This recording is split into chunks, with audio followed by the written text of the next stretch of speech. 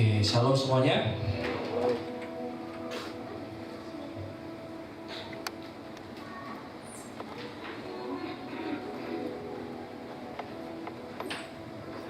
Gimana tadi? Ada yang kehujanan? Aman ya? Oke. Sudah dikasih oleh Tuhan, ya kita akan terus lanjutkan. Saya percaya dalam tahun ini ada hal-hal yang akan Tuhan bicara kepada setiap kita, dan saya minta setiap kita konsentrasi ya untuk dengan firman Tuhan, karena saya ingat sebuah firman itu adalah Allah, betul ya? Pada mulanya adalah firman bersama dengan Allah, dan firman itu adalah apa? Allah sendiri. Ya, jadi saudara, kita konsentrasi ke depan. Ya, dan kita izinkan biar Roh Kudus bekerja. Nah, tahun ini saya akan tetap ingatkan, gereja kita mendapat tema besar, yaitu Major Dewasa. Nah, waktu kami mempersiapkan, kami berdoa, dan kami mendapat bahwa saya dapat banget pertumbuhan sangat erat kaitannya dengan firman, betul ya? Thank you. Sekali lagi, kalau Anda mau bertumbuh, maka makanan itu penting, betul? Kita nggak bisa bertumbuh kalau nggak ada makanan. Nah, saya mempelajari bahwa kita juga nggak pernah bisa bertumbuh tanpa makanan rohani. Setuju? Nah, makanya saudara saya berdoa dan saya dorong setiap minggu jangan miss ya. Karena tema kita terus bersambung ya, karena saya percaya begini. Saya itu selalu berdoa sama jemaat KCC supaya kita punya hati yang taat, amin. Jadi minggu ke minggu biarlah Tuhan berbicara, sehingga nanti pada akhir tahun kita menemukan ada buah kedewasaan. Yang setuju, yang mau katakan amin. Amin. Memang benar, tidak semua orang mau taat. Tetapi saya berdoa biarlah jemaat KCC menjadi jemaat yang taat, amin. Boleh salam saudara bilang begini, sebelah saudara, jadilah taat, bilang amin. Kita mulai, saya 40 menit. Mazmur 1 ayat 1-3. Bulan 2 sampai bulan 3 ini kita dapat tema tentang Aku Cinta Firman. Jadi tadi saya bilang di awal bahwa firman itu adalah makanan rohani. Nah, saya menemukan sebuah ayat yang menurut saya bagus banget ya. Coba ditampilkan.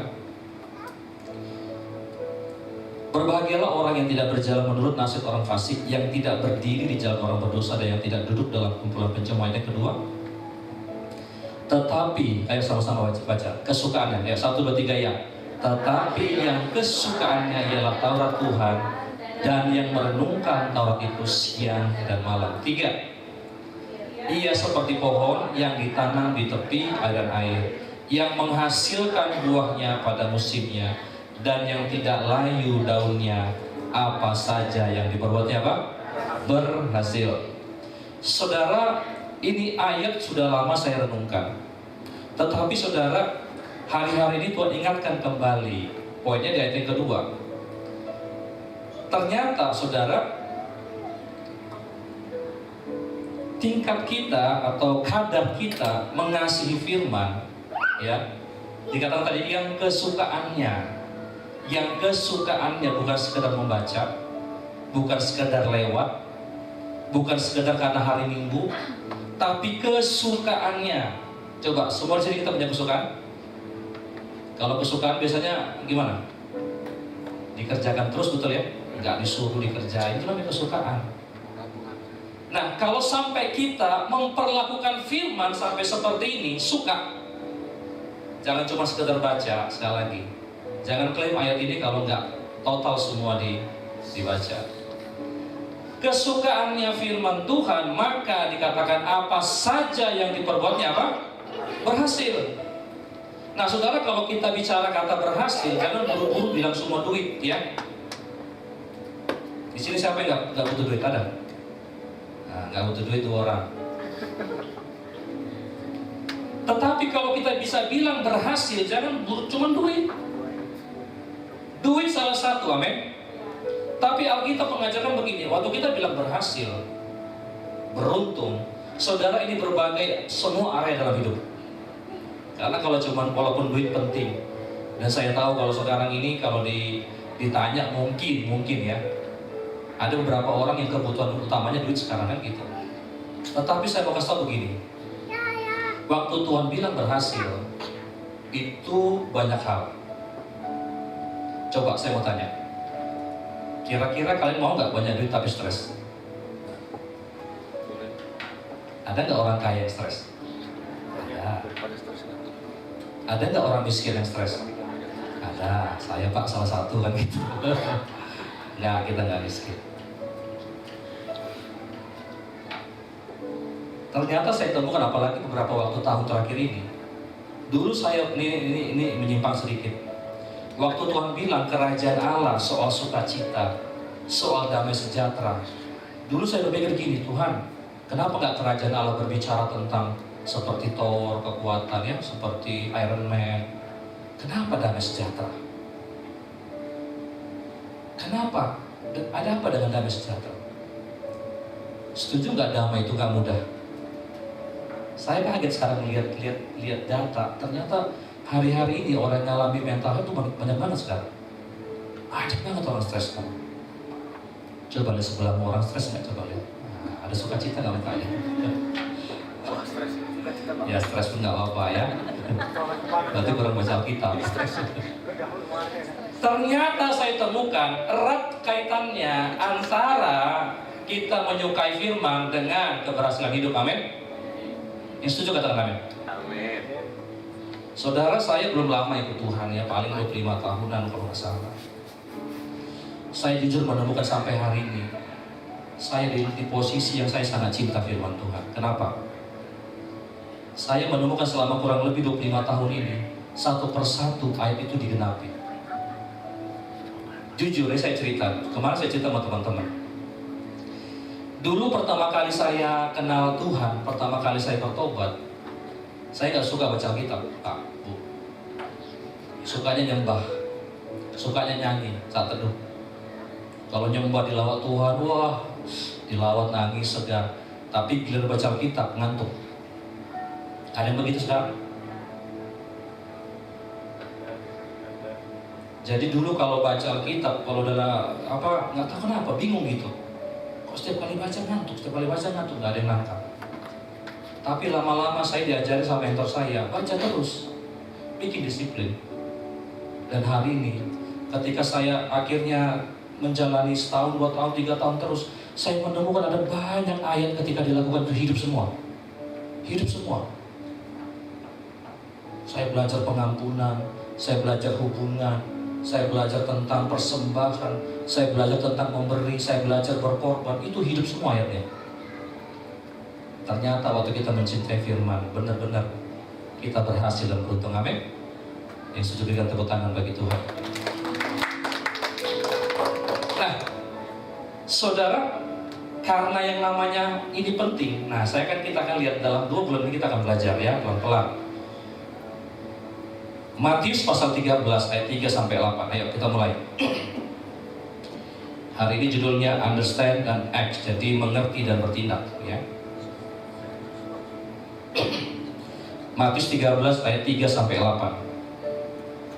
Saya akan bacakan, saudara lihat aja biar cepat ayatnya.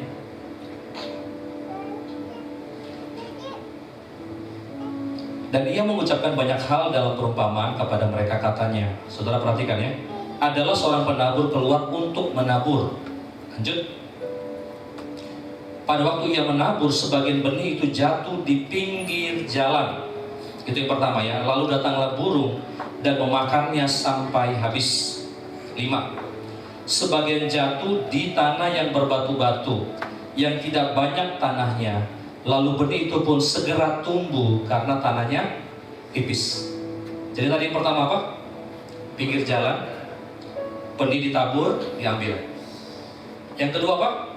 Tanah yang berbatu-batu, tumbuh sebentar lalu selesai gitu, karena tipis tanahnya.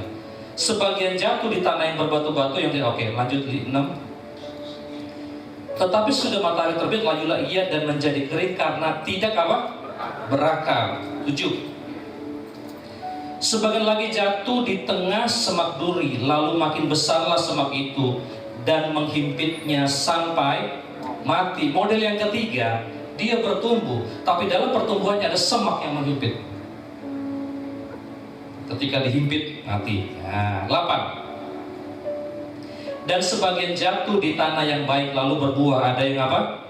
100 kali lipat, ada yang 60, bahkan ada yang 30 kali lipat. Coba saya lebih senang pakai uang tulis. Tadi pertama tanah apa, saudara? Pinggir jalan. Pertama adalah pinggir jalan.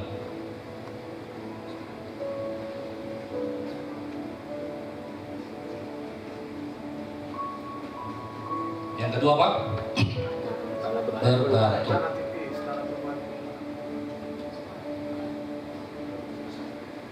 Yang ketiga,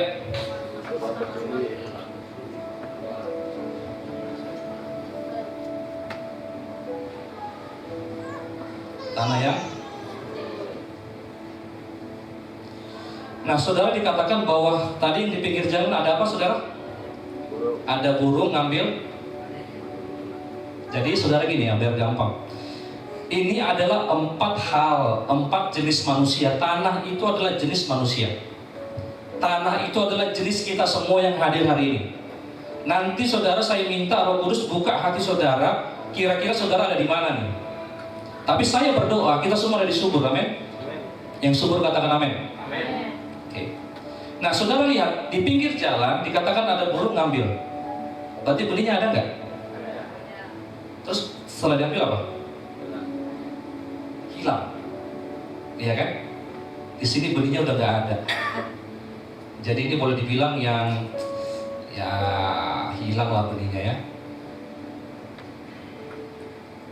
Nah, yang di perbatu tadi apa katanya? Karena tanahnya tipis berbatu-batu, jadi dikatakan apa? Tumbuh sebentar, setelah itu nggak lama datanglah panas terik, kering. Nah, jadi di sini saudara tidak berakar, betul ya? Tidak berakar.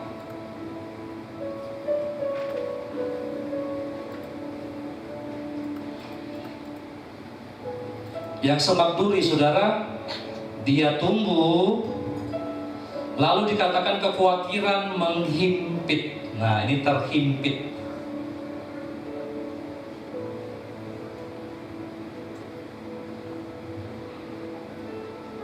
Nah, yang ini adalah berbuah. Kita berdoa tahun ini, bahkan sampai seterusnya kita berbuah, amin.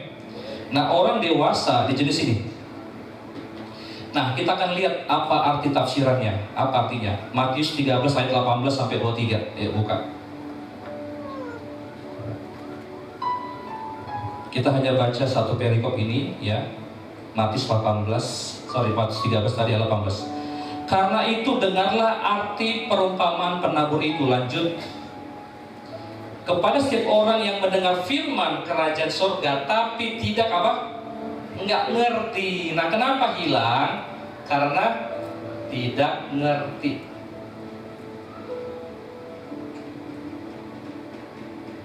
Ternyata teman-teman, saudara-saudara, ngerti itu penting. Jadi setiap kali firman disampaikan dan kita waktu dengar nggak ngerti. Nah, saya terenungkan kenapa nggak bisa nggak ngerti. Beberapa hal, saudara. Faktor pendeta juga ada bikin nggak ngerti, nggak tahu kemana arah korbannya ada. Saya berharap, saya berdoa saudara bisa ngerti kalau saya khotbah, amin. Tapi yang kedua, kenapa nggak ngerti? Sepanjang firman disampaikan, mungkin sibuk dengan banyak di pikirannya. Mata ke depan, tapi otak kemana-mana. Cicilan gimana? Aduh, udah makan belum anjingnya? Lihat anjing. Aduh, jemuranku. Nah, jemuran muncul. Di sini nggak ada, men. Doi gimana doi? Nggak ngerti. Apalagi bikin orang nggak ngerti, kenapa? Lapar. Oke, ada yang mengerti lapar ya? Saudara lihat banyak, termasuk juga gangguan eksternal. Nah, kenapa gini saudara? Sebisa mungkin dalam ibadah jangan banyak gangguan, termasuk HP. Karena dengar baik, ini menentukan pertumbuhan saudara, ini menentukan di mana hidup saudara berada ke depan. Setuju nggak?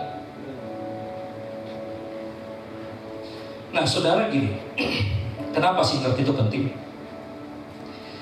Saya minta saudara flashback sebentar ke masa lalu, waktu masih sekolah.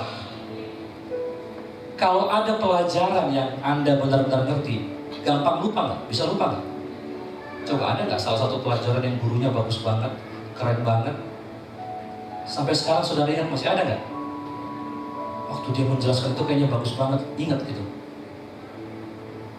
Kalau semua pelajaran sekolah muak, berarti semua nggak ada saudara mengerti. Karena mengerti nggak sama dengan menghafal, amin. Kalau menghafal biasanya kita itu seringkali kayak nempel, ya, nempelin semua di kepala. Setelah itu hilang. Coba kalau ingat dulu ya mas sekolah, kalau yang ngapal, kuat kami gitu. Dia sama dulu. Kemana-mana konsentrasi kan? Ujian benar. Tapi 3 minggu atau jangan 3 minggu, seminggu sudah itu lupa semua. Karena nggak ngerti. Ternyata waktu Anda nggak ngerti, sebenarnya benih itu firman sedang diambil sama setan. Makanya kenapa saudara, jangan sampai benih itu hilang. Amin.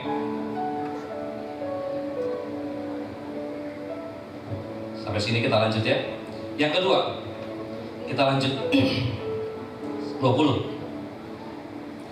Benih yang ditaburkan di tanah yang berbatu-batu ialah orang yang mendengar firman itu dan segera menerimanya dengan gembira. Orang ini saudara, benar-benar waktu dengar firman, yes, terberkati, dahsyat. Tapi lanjut 21. Tetapi ia tidak berakar dan tahan sebentar saja. Katakan sebentar. Apabila datang penindasan atau penganiayaan karena firman itu, orang itu pun segera murtad. Jadi tipe ini saudara nggak berakar, dengar firman gembira, yes. Hari Minggu dengar khotbah, wah luar biasa, mungkin beritanya gimana, lucu dan sebagainya. Tetapi lihat apa yang terjadi, nggak lama firmannya hilang. Iman timbul dari apa? Kenapa iman kita nggak ada? Udah nggak ada lagi firman yang tinggal. Yang ada cuma gosip, yang ada cuma kebencian, yang ada cuma apa? Penderitaan, yang ada cuma persungutan. Makanya nggak ada benih yang ada, nggak ada pertumbuhan.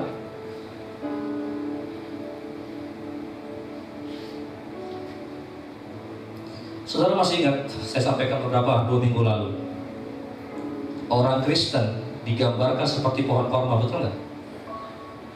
Pohon korma itu ketika ditanam, akarnya harus dalam. Dia mencari air. Bahkan pohon korma didesain ada di padang gurun, amin. Kekristenan harusnya tahan badai. Tapi bagaimana dia tahan badai? Karena akarnya kuat. Makanya perhatikan baik-baik ketika Anda dengar firman, perhatikan saudara, perhatikan sikap kita. Jangan cuma senang sesaat, berakar. Saudara kalau pergi, saudara lihat sekarang misalnya ke Jalan Sudirman, lihat misalnya bangunan-bangunan yang tinggi, biasanya di bawah dikasih bedeng-bedeng, betul nggak? Itu biasanya mereka bangun pondasi lama banget. Saya pernah kenal sama seseorang, ada teman saya, dia orang teknik sipil. Dia bilang begini, ternyata setinggi apa bangunan ke atas, misalnya 22 lantai, setinggi itu ke bawah, 22 lantai kedalamannya. Saya mau tanya, kita mau desain kekristenan kita mau tahan badai nggak? Mau tahan berapa tahun? Apa mau 5 tahun murtad? Kena badai, kena cobaan, kena semua, hilang? Tidak. Berapa banyak yang bangun kekristenan dengan anti badai? Coba, yang tahan badai, coba angkat tangan. Berapa banyak yang pengen anti badai? Amin. Bilang sebelahmu, bikin dalam bilang.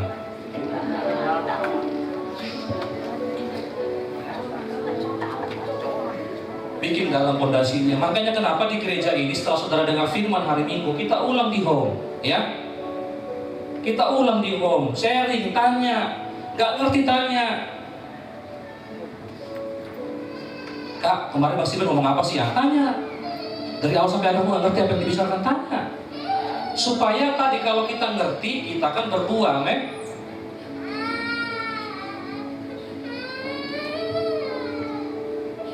Katakan berakar. Akar, pondasi tidak bisa ditanam dalam satu hari. Nah, saya akan ajarkan nanti, ya, poin yang terakhir. Yang ketiga, lanjut. Yang ditaburkan di tengah semak duri ialah orang yang mendengar firman itu. Perhatikan saudara. Mereka dengar firman, lalu kekhawatiran dunia ini dan tipu daya kekayaan menghimpit firman itu sehingga tidak berbuah. Kenapa dia terhimpit? Terhimpit apa nih? Kekhawatiran dunia dan tipu daya kekayaan.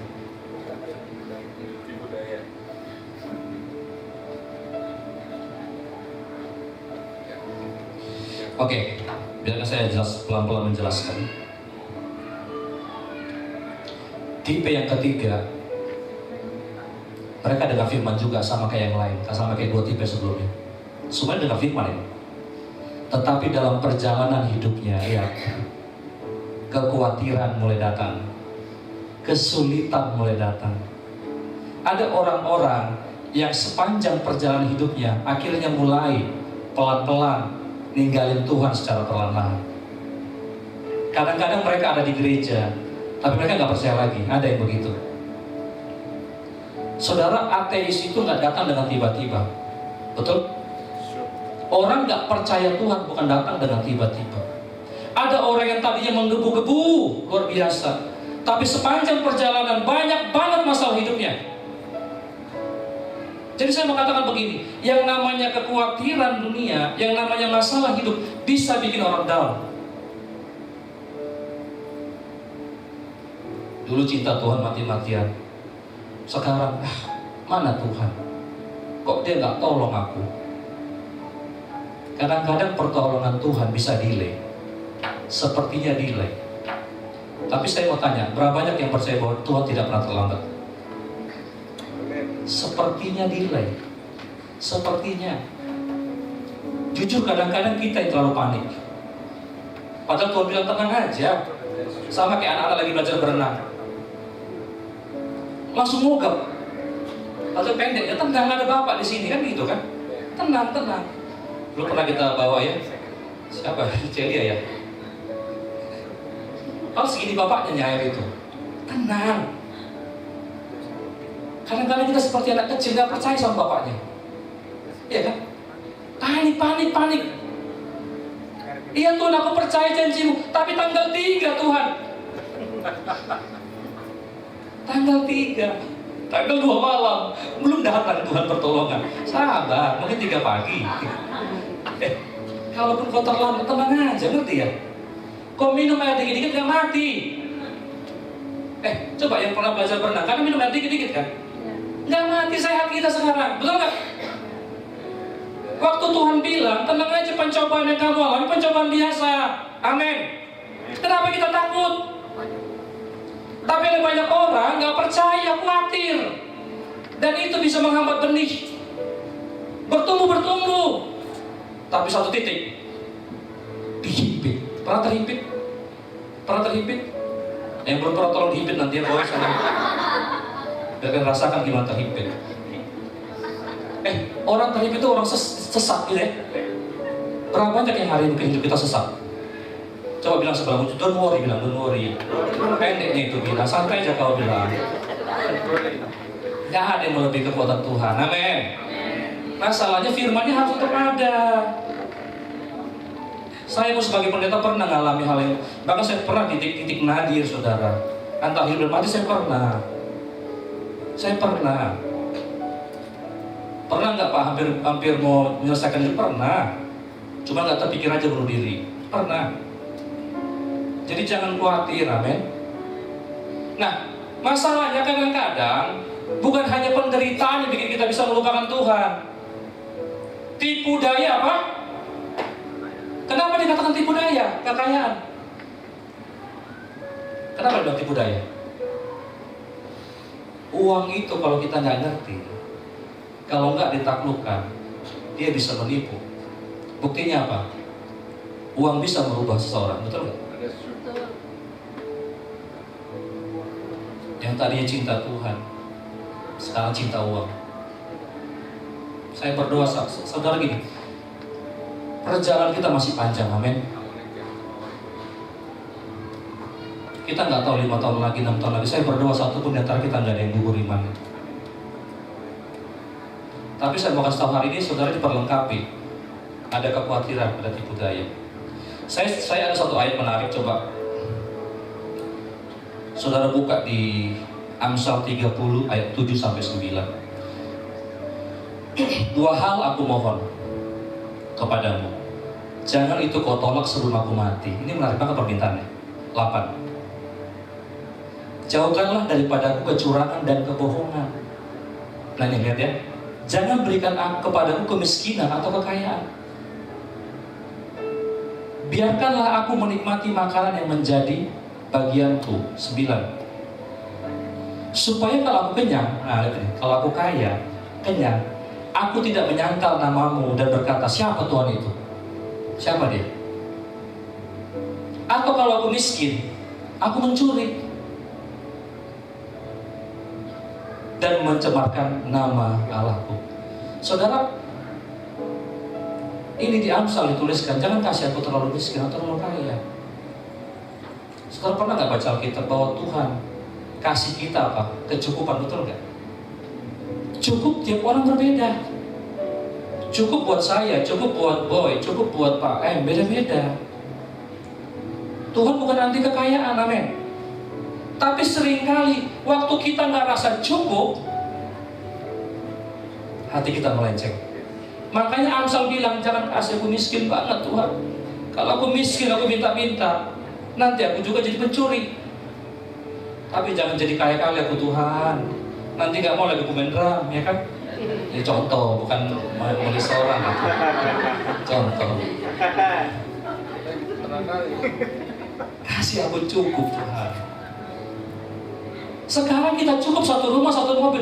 Nanti mungkin anakku besar, segala macam, mungkin butuh 2 mobil. Tuhan tahu kebutuhan kita, amin. Makanya Bapak di surga pelihara, amin. Tapi hati nggak boleh melekat. Satu ayat lagi yuk. 1 Timotius pasal 6, ayat 6 sampai 10. Memang ibadah itu kalau disertai dengan apa? Rasa cukup. Katakan rasa cukup. Memberi keuntungan besar, amin. 7. Sebab kita tidak membawa sesuatu apapun ke dalam dunia dan kita pun tidak dapat membawa apa-apa keluar. 8. Asal ada makanan dan pakaian cukuplah. 9. Tetapi mereka yang ingin kaya, nah lihat ini ya, mereka yang ingin kaya terjatuh ke dalam pencobaan, ke dalam jerat, dan ke dalam berbagai-bagai nafsu yang hampa dan yang mencelakakan, yang menenggelamkan manusia ke dalam keruntuhan dan kebinasaan. 10. 1, 2, 3 ya. Karena akar segala kejahatan ialah cinta uang. Sebab oleh memburu uanglah beberapa orang telah menyimpang dari imannya dan menyiksa dirinya dengan berbagai-bagai apa? Kalau kata ingin kaya di sini bukan berarti kaya nggak boleh. Abraham kaya, Ayub kaya. Tapi di ayat 10 dijelaskan, kaya di sini ingin kaya kalau engkau buru uang. Cinta akan Tuhan sudah nggak ada lagi. Makanya Matius 6:33, cari dahulu apa? Dan kebenaran, maka semuanya akan di. Kalau Tuhan anti kekayaan, nggak mungkin ditambahkan semuanya. Cuma lihat siapa yang kau buru hari-hari ini. Siapa yang kita buru? Kalau kita buru uang, tinggal tunggu waktu. Beberapa orang telah menyimpang imannya, betul nggak? Dan menyiksa diri dengan berbagai-bagai duka. Dulu waktu masih biasa-biasa, belum kaya-kaya banget, mobilnya masih biasa-biasa, ganti-ganti istrinya. Sayangku, cintaku, ganti mobilnya kan? Lupa dia. Tadi mana istrinya? Pergi kau duluan. Nanti titip persembahan dari sini. Aneh-aneh kadang-kadang makin kaya orang. Bukan saya bilang anti orang kaya, tidak. Kalau engkau sudah makin aneh, berarti dia udah benar kekayaannya. Coba cek siapa yang diburu. Kalau kita buru Tuhan, bukan berarti Tuhan nanti kaya. Alkitab tidak anti kerja keras loh. Saya mau tanya, ada kerja keras nggak? Buktinya apa? Ketika dia kecapean, dia tahu Adam itu butuh pasangan. Tapi ketika dia lihat gini, masalahnya Tuhan mau tanah itu diberkati, amin. Berkat Tuhan lah yang menjadikan kaya, susah payah tidak. Saya punya penilaian begini, di dalam Tuhan kita itu, saya yakin saudara, bukan kerja paksa. Kita nggak apa kerja keras, tapi kerja paksa jangan. Tapi kalau di antara kita ada masih ngalami itu nggak apa-apa, amin saudara. Percayalah, pasti ada waktunya Tuhan. Cuman begini, satu hal, hati-hati, jangan sampai kita ada di fase semak duri. Kita lanjut ya, yang terakhir, coba lihat tanah yang subur. Kita kembali ke Matius pasal 13.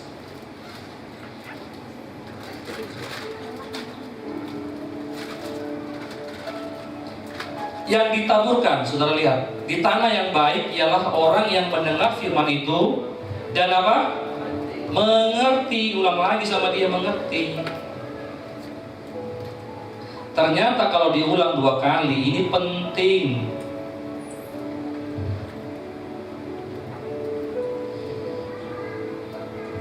Dan karena itu ia berbuah, ada yang 100 kali lipat, dan ada yang 60 kali lipat, dan ada yang 30 kali lipat.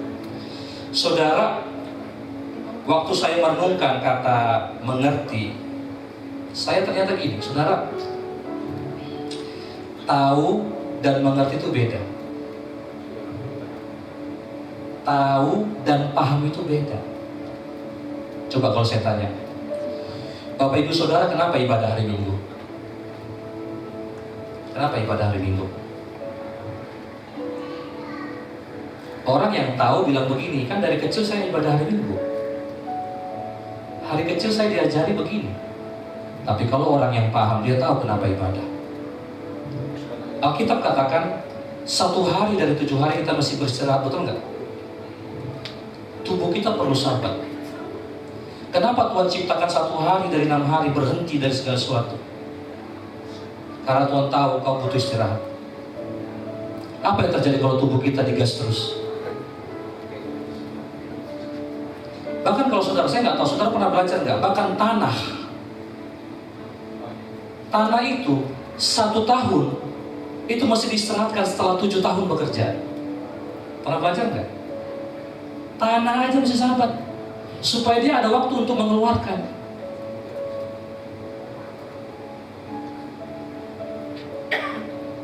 Yang kedua, waktu Israel beribadah kepada Tuhan pada hari yang ke-6, itu dilipat gandakan hasilnya sama Tuhan. Kalau Tuhan tahu kita butuh uang, betul nggak?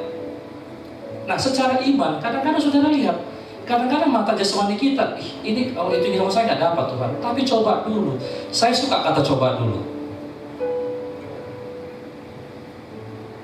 Kadang-kadang kita nggak tahu hasilnya seperti apa kalau kita nggak pernah nyoba. Benar nggak sih Tuhan, kalau aku sekali ibadah, aku sungguh-sungguh sama Tuhan tuh berkarya, coba aja dulu. Karena kalau enggak, mungkin firman Tuhan tuh gak iya dan amin. Nah, tapi sekali lagi ya, kalau mungkin di antara Bapak Ibu Saudara, saya tahu waktu firman disampaikan ada pertentangan, mungkin tidak apa-apa. Coba renungkan Tuhan, tanya Tuhan. Tanya Tuhan. Tapi orang yang paham, orang yang ngerti, tahu esensinya. Nah, saudara, bagaimana sih cara kita untuk bisa sampai ngerti? Nah, saudara, saya mau kasih tahu ada sebuah kebiasaan orang Yahudi, dan saya perlu saudara belajar. Kata tadi, Mazmur 1 tadi, nggak usah dibuka. Mereka yang merenungkan Taurat Tuhan siang dan malam, dan seterusnya. Kata merenungkan itu adalah meditate. Jadi kalau orang mengerti, kita harus mulai untuk meditasi. Ini aku hapus dulu ya. Tadi aku hapus dulu.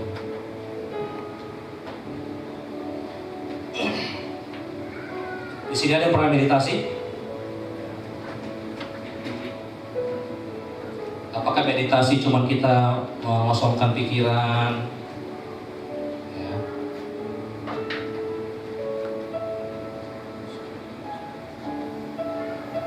Nah, saudara kata mengerti itu ada sebuah cara yang diajarkan oleh firman Tuhan adalah meditasi. Ternyata kata dasar daripada meditasi adalah hagah. Haga itu artinya bergumam, katakan bergumam. Jadi orang-orang yang sedang haga, jadi gini, orang Israel punya kebiasaan ketika mereka lagi membaca firman, itu mereka sambil bergumam, diulang-ulang. Tuhan adalah gembala yang baik, takkan kekurangan. Besok lagi jalan ke kantor, Tuhan gembala yang baik. Lagi mulai mungkin mohon maaf ke belakang, Tuhan gembala yang baik. Bergumam terus. Setelah mulai bergumam, dia mulai apa? Membayangkan apa sih gembala itu? Siapa sih gembala itu? Gembala yang baik membaringkan dalam rumput yang hijau, membawa ke air yang tenang. Gembala yang baik tidak mencelakakan kita. Mulai haga, bergumam terus.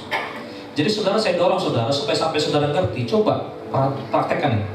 Satu kata diucapkan, diulang-ulang, haga. Ya, sebagai penutup, saya mungkin 2-3 menit lagi saya selesai. Coba lihat. Kata haga ini juga seperti sapi atau kambing yang memama biak, itu kata dasarnya. Pernah lihat sapi? Pernah belajar cara dia makan? Kalau sapi itu punya 4 lambung. Lambung 1, lambung 2, lambung 3, lambung 4. Makanya kalau saudara perhatikan sapi gak pernah berhenti ngunyah. Pernah perhatikan? Kalau enggak ya dengar aja, nanti cari di internet. Saya juga jarang lihat, tapi saya perhatikan benar. Pernah kita di kampung itu ada sapi memang terus gitu. Bahkan sampai dia mau tidur pun dia ngunyah. Ternyata waktu dia ngunyah, dilempar ke lambung pertama. Dari lambung itu dibalikan lagi ke atas, dikeluarin lagi, dilepek. Diambil lagi sama dia, dikunyah lagi, masukin lambung kedua, dan seterusnya. Sehingga pada saat nanti terakhir, itu sari-sarinya keserap semua. Itulah sapi. Nah, saya rindu saudara gini. Pertemuan pertama ini di minggu yang pertama, dengar ini. Belajarlah haga. Tahu satu ayat, ulang-ulang. Hormatilah suamimu, hormatilah suamimu. Seperti apa hormat? Bayangkan. Cari lebih dalam sampai ngerti, amin. Ulang-ulang. Walaupun saudara nggak perlu komat kawin nanti dianggap orang gila, nggak usah ya, santai aja gitu. Ya, nggak usah ada apa-apa pun, nggak usah nanti dianggap kita perdukunan gitu. Tapi haga, katakan haga, gumam. Itulah merenungkan siang dan malam, amin. Haga. Sederhana kok, kebenaran hari cuma satu aja, haga. Nanti waktu kita tahu, dapat sarinya, simpan itu. Maka dengan baik, apa saja yang dibobotnya pasti ketika kita bertindak kita ngerti. Amin.